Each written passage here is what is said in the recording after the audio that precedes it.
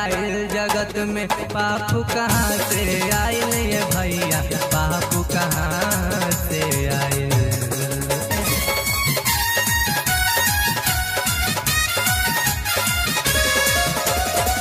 सृष्टि के रचनवा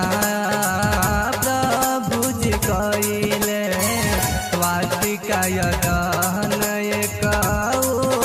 बनवले आदम हवा के वाटिका में रखले आदम हवा के वाटिका में रखले भूले ना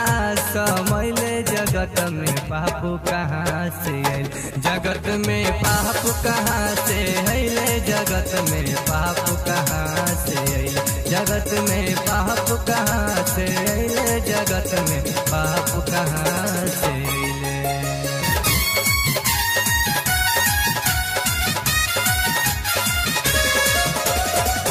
बागे अगहनु में शैतान समाये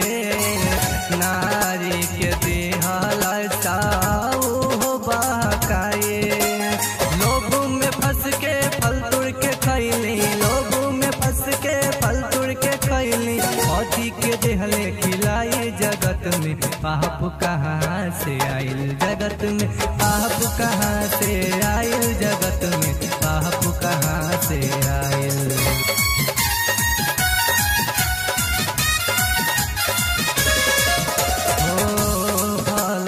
खाते नंगा तनु के देखले पाप गईल तन से वही टकले पत्ता गुठी के तन के ढकले पत्ता गुठी के तन के ढकले झाड़ी में गईले लुकाए जगत में पाप कहाँ से आयल जगत में पाप कहाँ से आयल जगत में पाप कहाँ से आयल।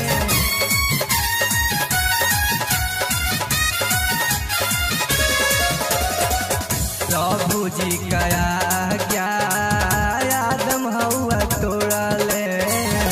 पापू के फल के वही खैले